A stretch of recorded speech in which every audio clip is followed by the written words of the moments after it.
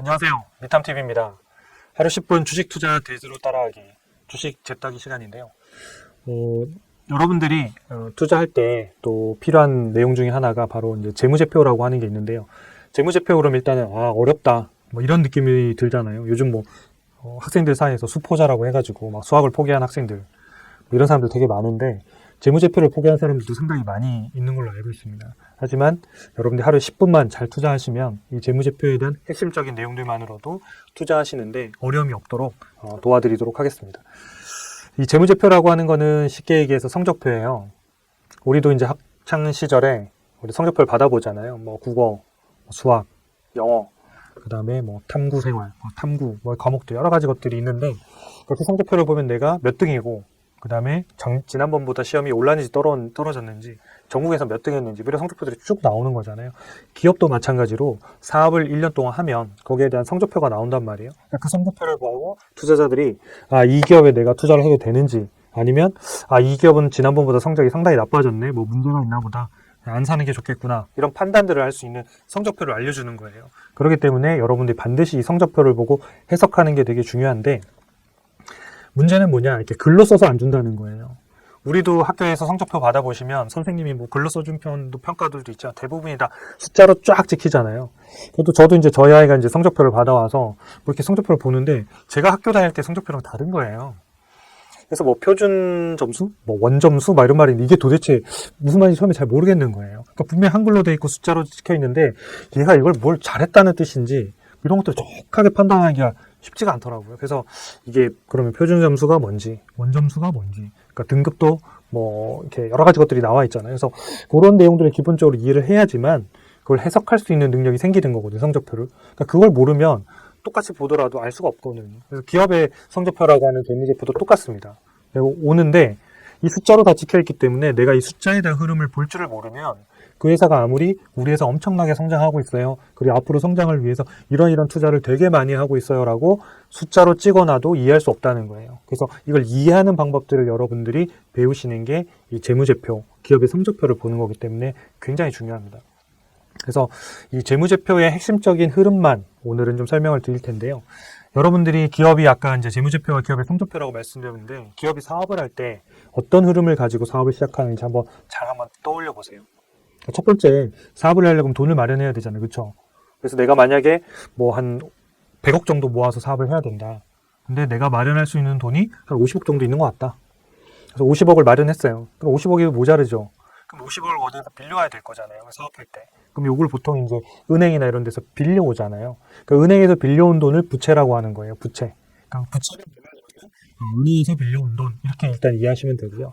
그 다음에 내가 처음에 낸 돈 있잖아요. 50억은 내가 마련할 수 있어요. 나뿐만 아니라 뭔가 같이 사업할래? 이렇게 꼬드겨가지고 같이 이렇게 투자받을 수 있잖아요. 그러니까 그렇게 모은 돈이 한 50억이 있다. 요거를 우리가 뭐라고 부르냐면 자본이라고 부르는 거예요. 왜 자본이라고 부르냐? 그냥 부르기로 한 거예요.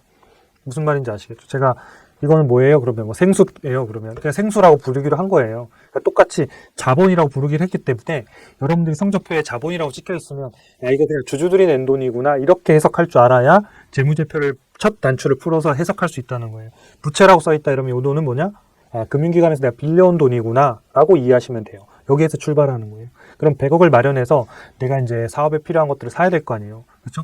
뭐 공장에 필요한 뭐 땅도 사야 되고 건물도 지어야 되고요, 기계장치도 사와야 되고 원재료도 사와야 되고 이런 것들을 막 사는 거잖아요. 그걸 사는 것들을 뭐라고 하냐면 우리가 자산이라고 얘기해요. 이걸 모은 돈, 그러니까 50억을 빌렸고 50억을 마련한 돈 100억을 자산이라고 하는데 합친 돈을, 이 100억의 실제적인 내용은 뭐냐면 회사가 무엇인가를 만들어내기 위해, 그렇죠? 판매하기 위해서 만들어내기 위해 어떤 자산들, 돈을 쓴 내역을 우리가 자산이라고 얘기해요.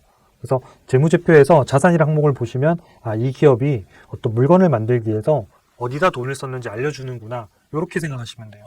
여기까지 이해되셨죠? 그러면 이제 요 돈을 모아가지고 100억을 다 쓴 다음에 물건을 만들 거 아니에요. 그렇죠?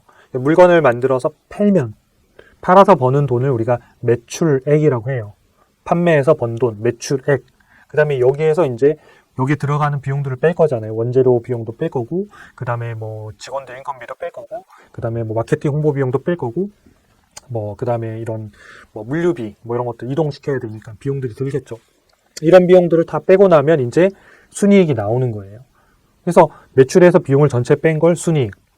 그래서 요 순이익을 이제 뭐 사람들한테, 주주들한테 돌려주고 이런 흐름들을 가지는 거거든요. 제가 말씀드린 이 내용을 표로 정리하면 이렇습니다.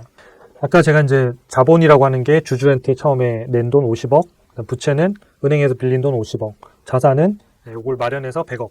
그래서 이 100억을 가지고 쭉 이런 것들 사업을 준비해가지고 사업 준비 내역이 자산에 써 있는 거예요. 그리고 이걸 갖다가 물건을 만들어서 팔면 매출액. 여기에서 들어가는 비용들을 쭉 다 남으면 요거를 순이익이라고 합니다.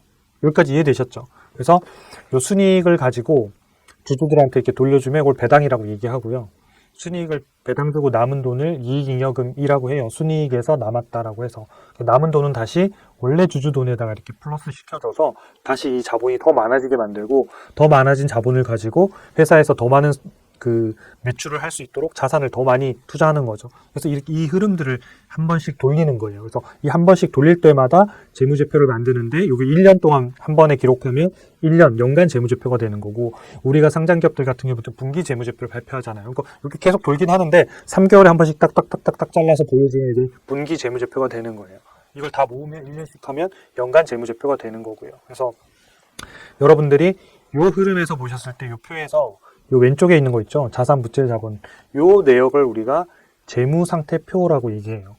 그러니까 재무에 대한 상태를 보여주는 표라는 뜻이에요. 아까 말씀드린 이 돈을 내가 어디다 마련했고 어떻게 마련했고 어디다 썼는지를 알려주니까 이게 재무에 대한 상태표가 되는 거고요. 오른쪽에 얼마나 물건을 팔아서 얼마나 이익을 남겼는지. 그러니까 이건 뭐예요? 손익계산서라고 하는 거예요. 내가 1년 동안 사업을 해서 물건을 팔아서 손해가 났는지 이익이 났는지, 그래서 손익을 나타내는 계산서. 이해되셨죠? 하나는 재무상태표, 하나는 손익계산서, 이렇게 얘기하는 거예요. 그러면 우리가 이제 재무제표 공부를 하다 보면 3대 재무제표를 알아야 된다, 막 이런 얘기들이 있어요. 3대 재무제표 이렇게 얘기하는데 사실 이 세 가지 재무제표만 보실 수 있으면 돼요. 재무제표라고 하는 거는 가운데 세 번째 글자가 어이예요. 맨 앞에 자는 재무니까 파이낸스니까 I고, 재무, 세 번째 글자에 있는 거는 어이예요. 여러 제자를 쓰는데 재무와 관련된 여러 가지 표를 말해요. 그렇기 때문에 한 개를 말하는 게 아니겠죠. 아까 재무상태표, 손익계산서, 현금흐름표. 그래서 이 세 가지를 3대 재무제표라고 얘기하고 요 세 가지만 이해하시면 돼요. 그리고 이 재무제표 중에서 여러분들이 뭐 회계사 공부하실 거 아니니까 아주 자세하게 아실 필요는 없고요. 투자자가 이 기업이 문제가 없이 자금을 운영하고 있고 잘 돈을 벌고 있고 마진은 좋아지는지, 원가는 어떻게 되는지, 또는 현금 흐름은 어떠한지를 볼 수 있는 정도의 시각만 딱 가지시면 돼요. 그 시각들은 제가 이 코너를 통해서 하나하나씩 알려드릴게요. 그래서 하루에 이 코너 하나는 내가 완전하게 이해한다라고 생각하고 따라오시면 이 코너가 끝날 때면 충분히 여러분들이 스스로 기업을 분석하고 해석할 수 있는 아마 투자자가 되실 수 있을 거라고 생각합니다. 그러면 아까 재무상태표, 손익계산서는 말씀드렸고, 현금흐름표라는 건 뭐냐면 기업이 활동하는 것 중에서 현금이 들어오고 나간 것만을 쓰는 거예요. 그러면 아까 앞에 여기에서 보시면 이 왼쪽 걸 제가 재무상태표라고 했고 오른쪽 걸 손익계산서라고 했단 말이에요. 그럼 현금흐름표는 도대체 어디 있죠? 라고 하면 요 흐름이, 돈이 흘러가는 흐름들 중에서 현금이 들어오고 나가는 것만 딱 뽑아서 보여준 걸 현금흐름표라고 해요. 현금이 흐름이 아닌 것도 있거든요. 요거는 제가 재무제표 할 때 다시 좀 말씀을 드릴게요. 그래서 현금만 딱 보면 현금흐름표라고 얘기하는 거예요. 그래서 재무제표 이 세 가지는 기업이 완전 다른 걸 보는 게 아니라 한 기업을 어떤 면에서 보냐는 거예요. 예를 들어서 저를 정면으로 보면 저를 이렇게 인식하실 거잖아요. 근데 저를 예를 들어서 옆면에서 보면 이렇게 인식하실 거고, 저를 윗면에서 보면 동그랗고 이런 형태로 인식하실 거잖아요. 하지만 저 한 사람을 똑같이 보고 있는 거예요. 그러니까 재무제표라는 게 3대 재무제표랑 기업을 똑같이 보여주는데 내가 재무에 포커스해서 보여줄 거냐, 돈을 잘 버는 때 포커스를 보여줄 거냐, 그렇다면 현금만 집중해서 볼 거냐의 차이가 있는 거예요. 하지만 모든 기업을 다 동일하게 보여주기 때문에 3대 재무제표가 같이 좋거나 같이 나빠지지 하나 좋고 하나 나쁘고 이런 경우는 거의 없습니다. 그래서 이 세 가지의 포인트들을 여러분들이 이해하시고, 오늘은 기업의 재무제표가 경영활동과 어떻게 연결되어지는지, 그리고 3대 재무제표가 무엇인지 여러분들 한번 꼭 기억하시고 여러분들 복습하시면 좋겠습니다. 이걸로 마치도록 하겠습니다. 감사합니다.